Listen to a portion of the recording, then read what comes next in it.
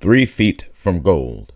One of the most common causes of failure is the habit of quitting when one is overtaken by temporary defeat. Every person is guilty of this mistake at one time or another. An uncle of RU Darby was caught by the gold fever in the gold rush days and went west to dig and grow rich. He had never heard that more gold has been mined from the brains of men than has ever been taken from the earth. He staked a claim and went to work with pick and shovel. The going was hard, but his lust for gold was definite. After weeks of labor, he was rewarded by the discovery of the shining ore. He needed machinery to bring the ore to the surface. Quietly, he covered up the mine, retraced his footsteps to his home in Williamsburg, Maryland, told his relatives and a few neighbors of the strike. They got together money for the needed machinery, had it shipped. The uncle and Darby went back to work at the mine. The first car of ore was mined and shipped to a smelter. The returns proved they had one of the richest mines in Colorado. A few more cars of that ore would clear their debts. Then would come the big killing and profits. Down went the drills. Up went the hopes of Darby and uncle. Then something happened. The vein of gold ore disappeared. They had come to the end of the rainbow, and the pot of gold was no longer there. They drilled on, desperately trying to pick up the vein again, all to no avail. Finally, they decided to quit. They sold the machinery to a junkman for a few $100s and took the train back home. Some junkmen are dumb, but not this one. He called in a mining engineer to look at the mine and do a little calculating.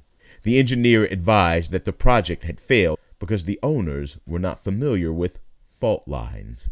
His calculations showed that the vein would be found just 3 feet from where the Darbys had stopped drilling. That is exactly where it was found. The junk man took millions in ore from the mine because he knew enough to seek expert counsel before giving up. Most of the money which went into the machinery was procured through the efforts of RU Darby, who was then a very young man.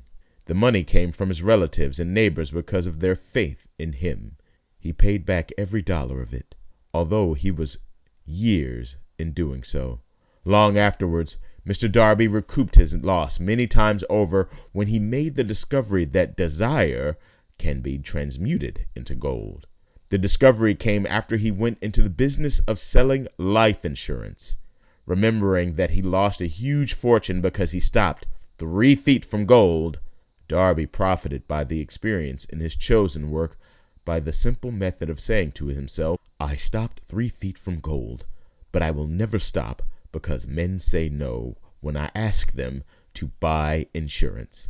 Darby is one of the small group of fewer than 50 men who sell more than $1 million in life insurance annually. He owes his stickability to the lesson he learned from his quitability in the gold mining business. Before success comes in any man's life, he is sure to meet with much temporary defeat and perhaps some failure. When defeat overtakes a man, the easiest and most logical thing to do is to quit. That is exactly what the majority of men do.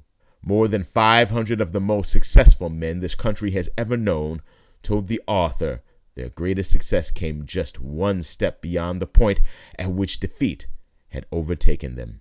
Failure is a trickster with a keen sense of irony and cunning.